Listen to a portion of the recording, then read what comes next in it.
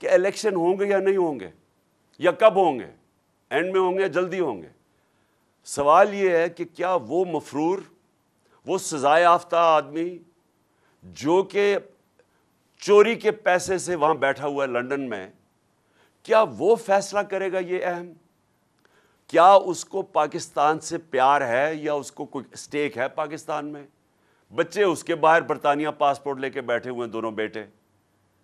اس کا جو سمدھی ہے, جو اسحاق ڈار ہے, وہ باہر, اس کی بچے باہر بیٹھے ہوئے ہیں. شہباز شریف, اس کا بیٹا باہر بیٹھا ہوا ہے, سب بھاگے ہوئے ہیں کرپشن کیسز سے. کیا یہ آدمی فیصلہ کرے گا کہ پاکستان کے لیے الیکشن جلدی ہونے چاہیے یا بعد میں؟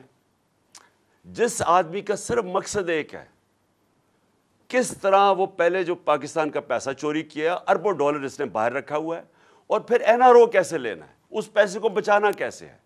جس آدمی کا اصل مقصد یہ ہو, کیا وہ فیصلہ کرے گا کہ پاکستان میں الیکشن کب ہونا ہے؟ سب کو پتہ ہے, کوئی بھی معاشرت کے ماہرین سے آج آپ پوچھ لیں کہ جس دلدل میں پاکستان گرتا جا رہا ہے, جو اس وقت پاکستان کے حالات ہیں, جو معاشی حالات ہیں, جو مہنگائی ہے, جو بے روزگاری ہے, جو انڈسٹری بند ہو رہی ہے, جو ہماری ریمیٹنسز گر رہی ہیں, ایکسپورٹس گر رہی ہیں, آمدنی کم ہو رہی ہے, جو ہمارے کسانوں کا آج حال ہے, ہر چیز نیچے جا رہی ہے. جب ملک کی آمدنی کم ہوتی جا رہی ہے تو ہم نے قرضے کیسے واپس کرنے ہیں, قسطیں کیسے واپس کریں گے جب آمدنی کم ہوتی جا رہی ہے؟ اور یہ کیسے ٹھیک ہوگا؟ جب تک یہ حکومت بیٹھی ہے تو ٹھیک نہیں ہوگا, کیونکہ جب تک اکنامک سٹیبلٹی تب تک نہیں آتی, یعنی معاشت جب تک استحکام اس کا ہو ہی نہیں سکتا جب تک سیاسی طور پہ استحکام نہ ہو.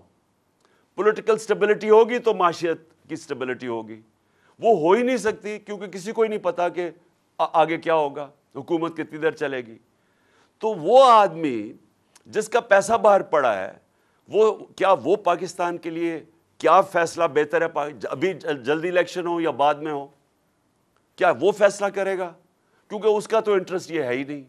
وہ تو دیکھ رہا ہے کہ اس کا پیسہ بچے گا کیسے.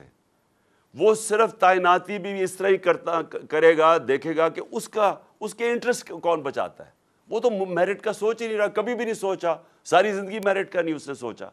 کب اس نے ججز کے اوپر یا کوئی بھی اداروں کے اوپر جب لوگ بیٹھے ہیں, نیب ہے, یا کبھی میرٹ کا نہیں سوچا, کیونکہ اس کا تو ہے ہی اتنا پیسہ بنا لیا, اب اسے بچائے گا کیسے. لہٰذا یہ ملک کا سب سے بڑا المیہ ہے کہ وہ آدمی جس کا انٹرسٹ پاکستان سے ملتا ہی نہیں ہے, جو کبھی صرف اپنے آپ کو بچانے کے لیے کہ کیونکہ ابھی الیکشن ہوں گے تو اس کو ڈر ہے کہ وہ ہار جائے گا, تو لہٰذا وہ ڈیلے پاکستان کے لیے نہیں کر رہا, اپنے ذات کے لیے کر رہا ہے, پاکستان کو نقصان پہنچانے کے لیے.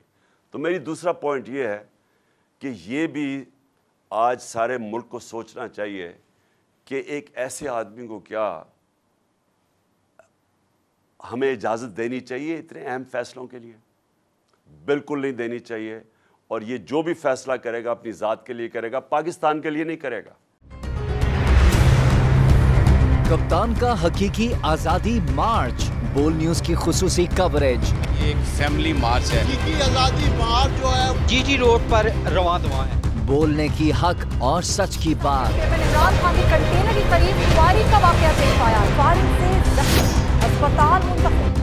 قاتلانہ حملے سے کیا پردہ چاک, بول ہمیشہ بنا عوام کی آواز. کو ویلکم کہتا ہوں آزادی مارچ کے لیے. بہت اچھی کوریج کی ہے یہ مارچ کی, تو زبردست کوریج. سبسکرائب کریں اور بیل دبائیں تاکہ کوئی خبر رہ نہ جائے.